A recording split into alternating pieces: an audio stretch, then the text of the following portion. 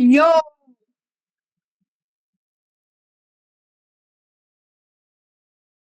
Hello, bro. I'm gonna. This is not my video, technically. Or react to it.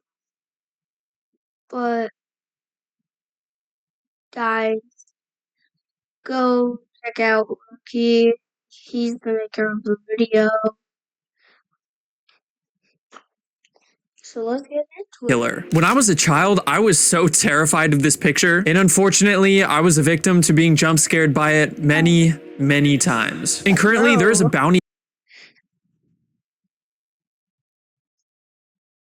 Genuinely, it's not scary. Like, if you look at it, it's not scary, bro. Of over $11,000 to the person who can find the unedited photo. Contrary to popular belief, this search is far from dead, and there have been a lot of discoveries in recent years to solving the mystery. I've compiled all the most notable ones into an iceberg, and today we are going all the way to the bottom. Killer Iceberg. A video by Rookie. Jeff the Killer, 2011. The most popular version of the story was uploaded to Creepypasta in 2011. And the story goes a little bit like this. It reminds me of Slender Man, probably.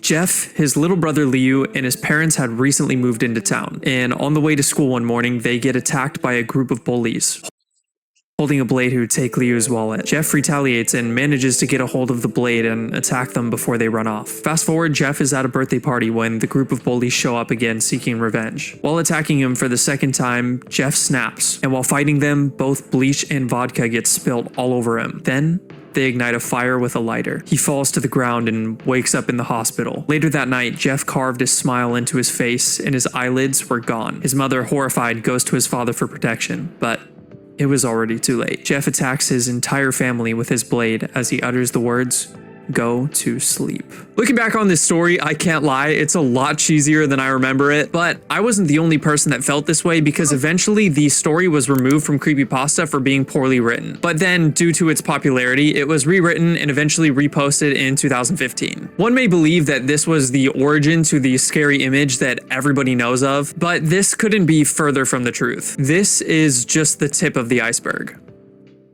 Jeff the Killer, 2008. The origin of the modern Jeff the Killer story actually goes all the way back to October 3rd of 2008, when a YouTube user by the name of Caesar, I couldn't really tell you. Anyways, they posted a video to YouTube and it gathered over 700,000 views. Eventually, it got taken down because of a copyright claim, but the video has since been re-uploaded to YouTube in the last couple years, but it's even less structured than the 2011 version. Caesar actually also owns a Newgrounds account that goes by the name of Killer Jeff, where he claimed that it was a photo of himself, which is just completely ridiculous. But regardless, a lot of people believe that this video directly inspired the creepypasta story. Something pretty interesting is Killer Jeff came back to Newgrounds last year, and he stated that now he is working on a story that takes place before Jeff had the incident. Face paint. Unlike the pixelation on the background of the image or the mouth, the eyes and face are weirdly uncompressed when looking at the rest of the image. This shows that rather than taking from other images when creating a Photoshop,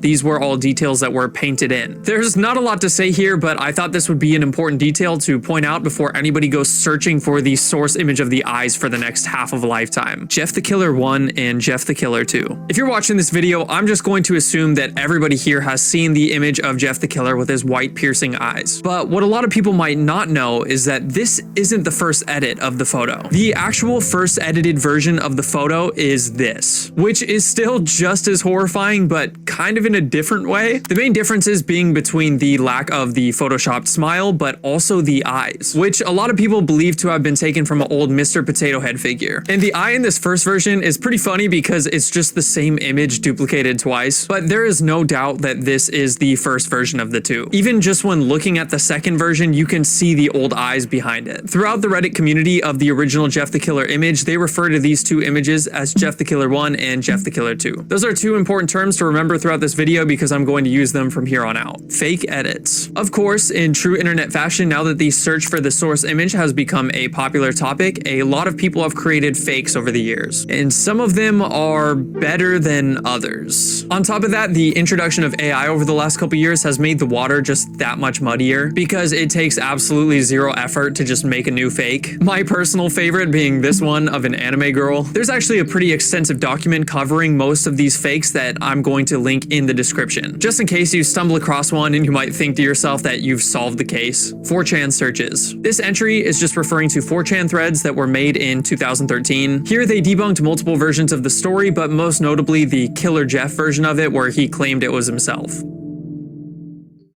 Katie Robinson. For a while, a rumor circulated around that a girl by the name of Katie Robinson was the origin of the photo. The story went that she had been a subject to bullying on 4chan, and this eventually led to the end of her life. This was actually debunked in 2019, and the girl's name is not even Katie Robinson. She has also never posted any of her photos on 4chan before, but most importantly, she's still alive. She says in an interview by a user named Gage that her photos were stolen by somebody on MySpace and then posted on 4chan. Needless to say, she had nothing to do with any of this, so I think it's pretty horrible that her face was used in this kind of way. So I think it's best to just completely debunk this rumor so we can all move on and not get her involved anymore. Omega Volt. Omega Volt is the username of the first person that posted the Jeff the Killer 2 image online, or at least the first version that we can find. And they posted this to an old removed Japanese forum called pya.cc on November 16th, 2005. The image was titled, "What Are You Afraid Of?" And this was actually linking back to the first Jeff the Killer 1 photo. Sadly, not much is known about Omega Volt and nobody has been able to contact them, but this is who most people generally agree to be the creator of the Jeff the Killer 2 image. If I had to guess, I would say that this is probably true because they have found older versions of the first image, but not the second. Biblically accurate versions. In a Reddit post made 8 months ago by a user called Joe Ventel, they managed to find 2 new edits of the Jeff the Killer 1 image that go all the way back to June of 2006. Both of these are edits of version 1, but once again, there is a connection to Japan. And for anyone that doesn't know, I've actually been living in Tokyo for 2 years and graduated from a Japanese language school, so I can unfortunately translate to you what the image says. On the left side, it says chinko, which is private parts, to say nicely, and on the right side, it says daisuki, which means love. So put those two together and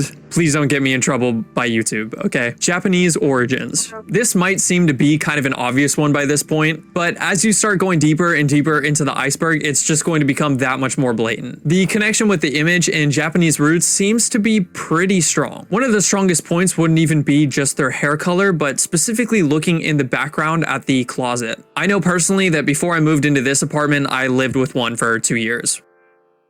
Fileman. As of today, the earliest post of the Jeff the Killer 1 image online is from July 24th, 2005, on another Japanese forum called Fileman. The title for the post reads, "The Fear of Summer Nights," and the description for the image reads, "A celebrity before plastic surgery." Regardless of this being the earliest post that has been found up until this point, I would argue against this being the actual first post. The nature of it just feels like it's more like a funny repost than somebody that created a horrifying image. It just feels a little too vague for me. Maro and Suzakumaru. Maro is, in my opinion, the most likely to be the actual true candidate behind the Jeff the Killer image. Online, she was known as a net idol during around the same timeline, and the similarities between the image and pictures of her are strikingly similar. From the edges of her smile to her teeth, even looking at the part in her hair or the dark spot on the forehead, and even the mole seems to just line up perfectly. And the earliest mention of her goes all the way back to a 2chan thread. Someone by the name of Suzakumaru, who was her self-claimed boyfriend, operated pages about her weight loss journey that eventually led to some pretty extensive harassment online, and then eventually this led to the attempt to remove all information about Mariko online. Also, something very interesting about one of the earliest Japanese forums online at the time, this site didn't offer any image hosting themselves, so people would have to post a link in order for it to be seen, and a thread was found from 2004 that linked directly to one of Mariko's sites that Suzakumaru made. Although the original photo is gone, a lot of the comments had users comparing her face to these pictures, as well as the most compelling comment being this one that says, "What's with this snowman?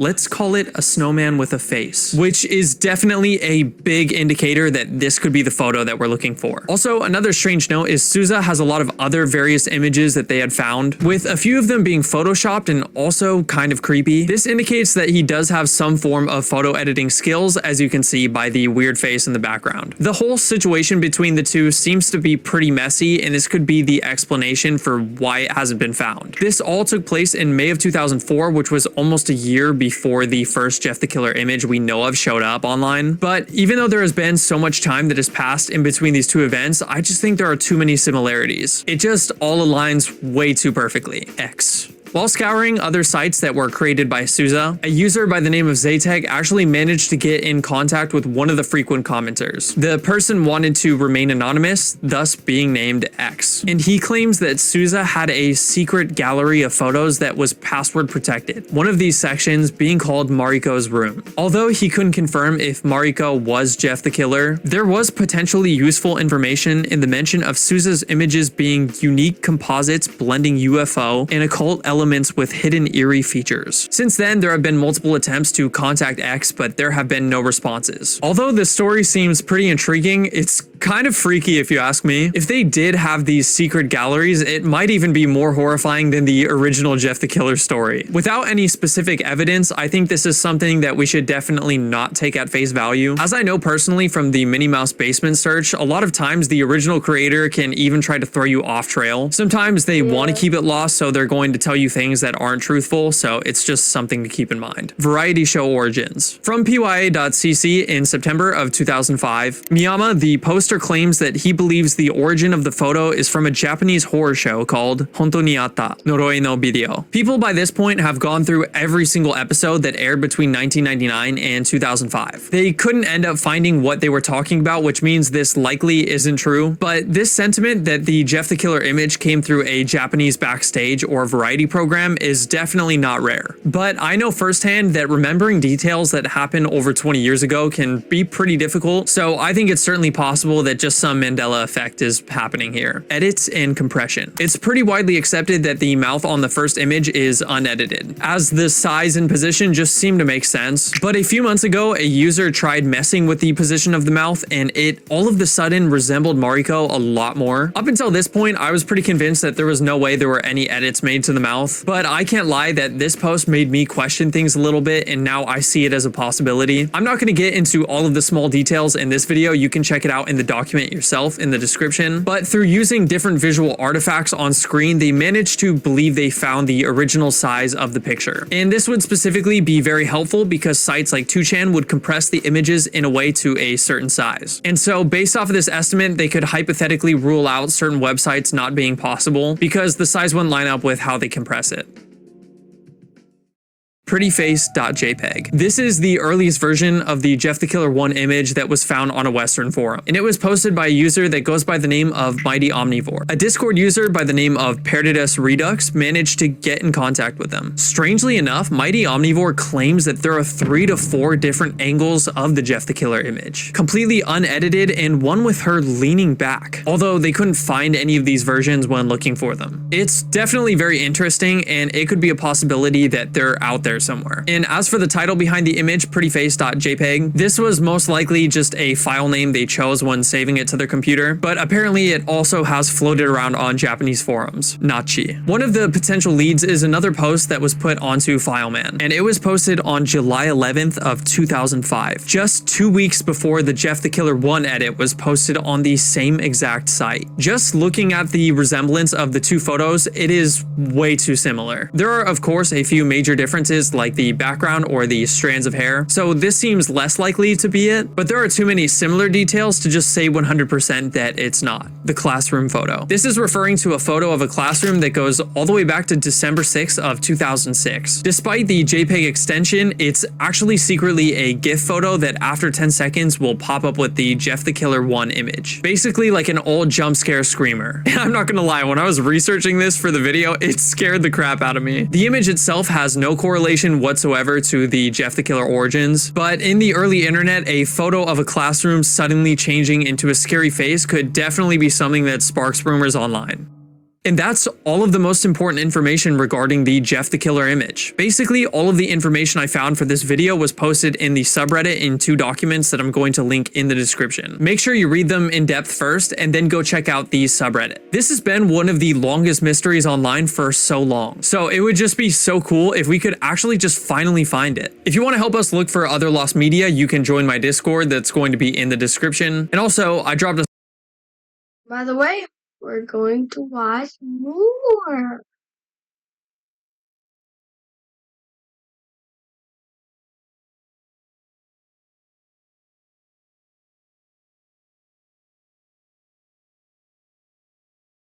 Shipped same-day delivery gets that it's not just any mascara, it's your favorite. So go ahead, lock in tonight's dinner res while a shopper gets your must-have brand and delivers it right to your door. Try it today. Lost wave can be defined as a term for music with little to no information available about their origins. This term was popularized by the most mysterious song on the internet search that happened in 2024. Whether it's the nostalgia of an undiscoverable song or the uneasiness when listening to one, everyone has their own reason for wanting to discover these long-lost songs. Well, I received a message that says, "When I was younger, whenever our TV had an error, my parents would call a number for Polsat, the TV provider. During the call, there would be a wait time for about 6 to 8 minutes, and the hold music would play. It was loud, repetitive, and strangely eerie. For some reason, it always gave me a creepy feeling whenever I heard it. I recently found the song again, and it feels just as unsettling as I remember."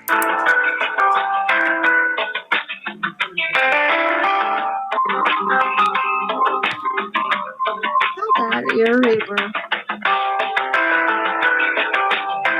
Despite all of the various lost media that we have found up until this point, I've never looked for lost wave before. But in this video, I'm going to try to find the origins to this mysterious song. Because this is my first time looking for lost wave, I need to do some research. How does one go about a search like this? Typically, when attempting to search for an image, the first place I might look is a reverse search engine, just to see if any leads immediately come up. But in this case, because that's not available, we're going to have to use the alternative to that, using a service that will take your MP3 file and try to find a match. So I attempted to use some of the most popular audio recognition services like Audio Tag and Shazam, but sadly this didn't yield any results as the audio quality is just too low for these services to make out anything. In a lot of these lost wave cases, like the popular Subways of Your Mind, there's usually a vocal or lyrics to help you identify something from the song. This would narrow things down quite a bit, as you could just input it into a search engine and you're not only searching by audio or genre. But in this case, we have absolutely nothing. Why am I always choosing the most difficult ones to solve? Let's take a moment and talk about what we do know about this track so far. As mentioned earlier, it's the hold music to the telephone line of the Polish television company Polsat, and the company was originally launched on December 5th of 1992. Knowing the company's contact information, the first thought we had is, what if we tried to contact them directly? But through calling the number provided by the website, unfortunately the call seemed to go nowhere, as the operator simply didn't know where it was coming from and the call ended shortly after that. Also, 2 separate emails were sent out in both English and Polish, and unfortunately that also had no reply. No matter how many times I get rejected during these searches, it never stings less. But that doesn't mean that this is the end of the search. Come on.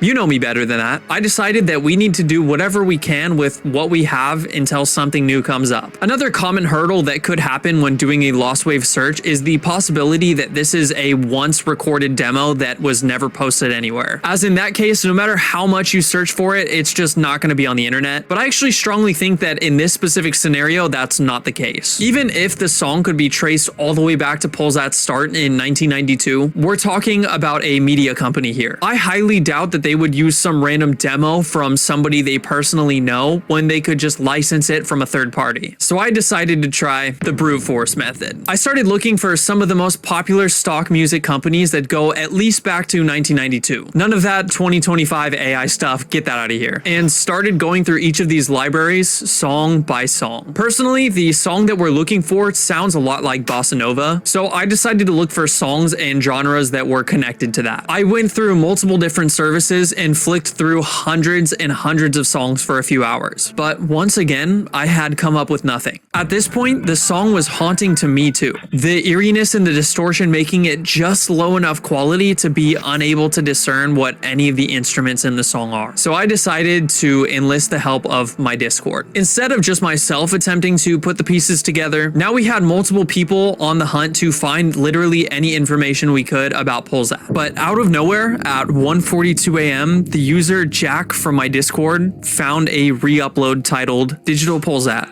1 hour hotline. At long last, we had finally found the first connection to this song on the internet. A lot of the comments on this video even seem to share a similar feeling of the song being unsettling or creepy. Like this translated comment that says, "I'm afraid of this music literally every time I hear it. I get goosebumps." But going through every single comment on this video, there's one specifically that stands out unlike the others. The song is similar to the music from the TVP1 daily program from 2010 to 2011. Maybe it's just a feeling and something completely unrelated, but through curiosity, Alec, the original person who had messaged me about the song, found a video, and it's titled Program of the Day on August 22nd, 2010, TVP1. It's a strange video from 14 years ago that shows video of this clock for nearly a minute straight in silence. But at 1 minute in the video, this happens.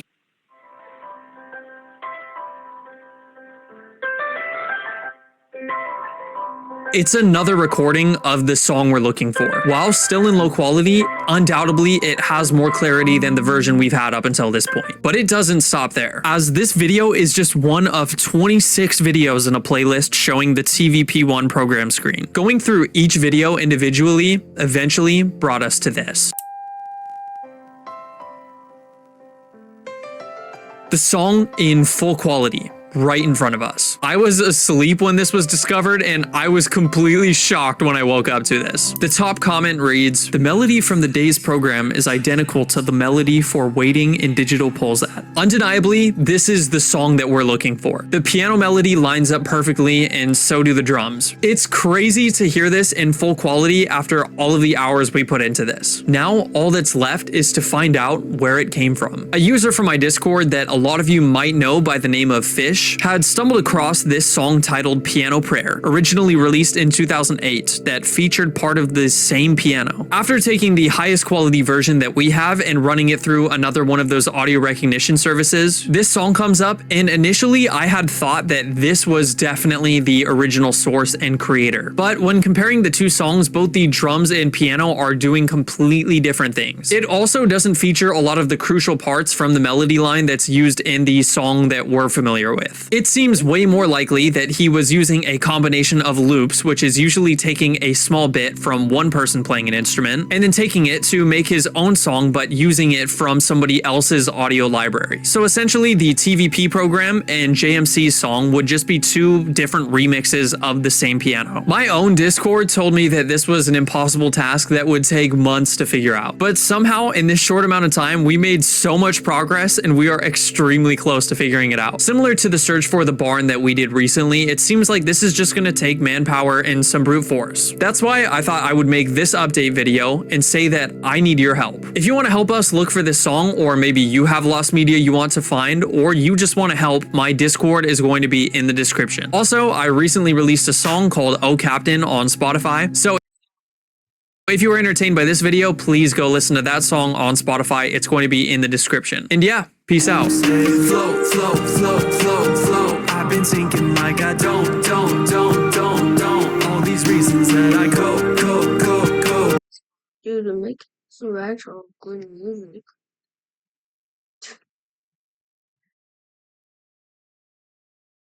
So anyway,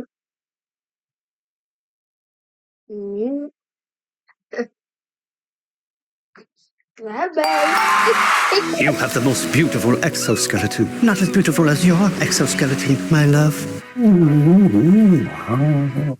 not part of that. And scene.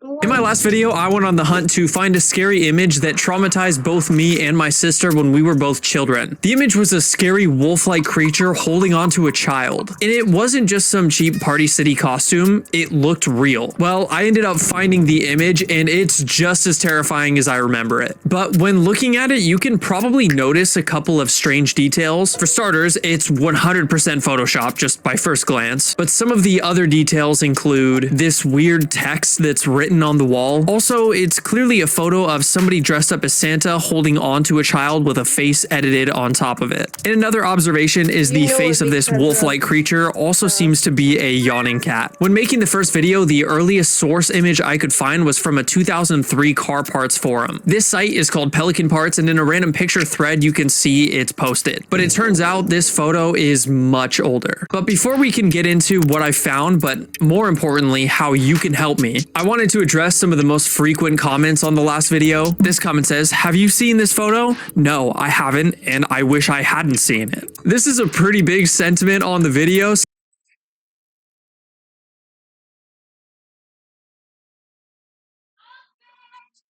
What? Get my pizza.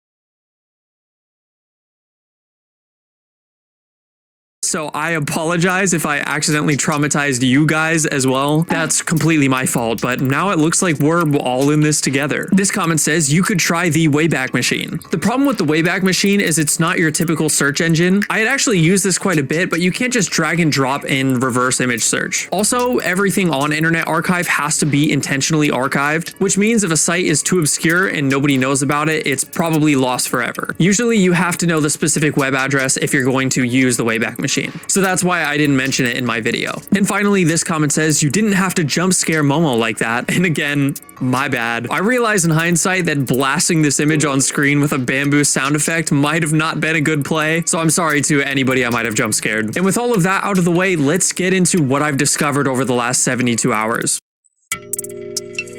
After posting my initial video, a user by the name of Janice had joined my Discord server. And this person had discovered basically everything I'm about to tell you. So definitely be sure to check them out. I'm going to put a link to their YouTube channel in the description of this video. I mentioned earlier that the oldest post I could find was from April 16th, 2023. But now we have actually confirmed the earliest source of this image. And the first time this photo was ever posted on the internet was May 12th, 2002, almost an entire year prior to the Pelican Parts post. And how do we know this, you might ask? Because we have identified the original creator. Worth 1000 is an old website that featured a community focused on digital artists, but more primarily on their Photoshop contests. And in May of 2002, they hosted the, well, how do I say this? The Bestiality Photoshop contest with the prompt, "If animals and humans had produced offspring, so this was a furry?" Although we can confirm that this was in fact the original posting, sadly the entire forum was not archived and it might be lost forever. But the trail doesn't end there, because in August of 2002, for the Worth 1000 contest Corrupted Innocence 2, one specific post stands out. Jack O Santa Bunny by the creator Devale. This username is most likely Devil, just misspelt with the V and E being swapped. But when reading this name, suddenly things start to make sense. Looking at the original image that we can now properly name the Jack O Santa Bunny, in the upper right corner is a hard to read text that I originally believed to be a part of a Mall Santa exhibit backdrop, but actually it spells Devale. This, with a combination of other edited photos on their page in a very similar style, for a fact confirms that this was the original creator. And looking at the post, there is a specific comment down below that reads, "This is as a rerun image. It is not from Corrupted Innocence 1. I believe I originally posted it a little off topic and it didn't do so well. I only entered it because I thought it would fit here." Finally, we have the original origin to where this this weird photo came from. It's not a creepypasta, it's not the Legend of Krampus, or not even some creepy experiment. It was a part of a Photoshop contest. But I need your help. Over the last couple days, we have actually managed to source multiple images from the original Photoshop. For example, the mouth of this monster comes from this image of a yawning cat. It's not so scary anymore, is it? And the very distinct ears come from, well, you can probably guess it, a picture of a very cute bunny. But there's one major problem that is stopping me from putting this whole thing behind me. But in order for that to make sense, I need you to listen to this interview clip I have with my sister, because she noticed something that could potentially change everything. First off, I wanted to say, what is your reaction to, I guess, everything? This video taking off, finding the original scary picture. What was running through your head when I sent that to you? Well, first off, regarding the video, I was expecting more people to comment on like how cool and awesome I was. So that's a little bit disappointing. However, love that for you, King. I was surprised that you found the original picture. When you saw it, when I sent it to you, is it still scary to you? It makes me uncomfortable. I don't like it. Right? I feel the So I same saw everyone way. was commenting a Santa photoshopped. I didn't even notice that ever. So the last image that we're trying to find now is the Santa picture, because I feel like... But I think the kid is photoshopped on too. You think the kid is... Because look at his arm against the beard and like his head. His ear is gone. You might be right. Yeah, so I think they photoshopped a crying kid on top of another kid. Oh my god. And his head's really big. No way. It gets deeper than I thought. This might not be the end. What? That's right. What originally seemed like it'd be as simple as just finding an old Santa photo, now we've discovered that the child might also be photoshopped when observing details like the hands or the ear. And it's entirely possible that these are personal family photos that don't even exist online. But from looking online, it seems like Dvale hasn't posted their art anywhere else. This could very well be the last trace of them online, and they don't have any other social media. And without having any other way to contact them, especially through this website that has now been completely converted, the only option left is to spread the word, but also to do our best to see if we can find the original unphotoshopped image of Santa. For me personally, I need to see that original image so I can put this whole thing behind me and be at peace. If you would like to join us in the search, my Discord server is going to be in the description. You can join there and chat in our Lost Media channel as we try to solve this mystery. I also wanted to say thank you so much for over 12,000 subscribers. It basically doubled overnight. It's been absolutely insane, and I am extremely determined to just pump out quality content. In fact, my dad actually just told me about something that scared him from his childhood that he'd like me to look for. Also, I mentioned this in the last video, but I recently released a song called Oh Captain. It's out on Spotify and it's going to play at the end of this video. It's also in the description, so if you want to help me out, maybe go stream it on Spotify a couple times for me. And yeah, that's all of the updates I have for now. Hopefully we can find this original image and I can update you guys then. And that's all my time. Peace out. With Drew, now I'm counting it all. Flow, flow, flow, flow, flow. I've been sinking like I don't. All these reasons that I go.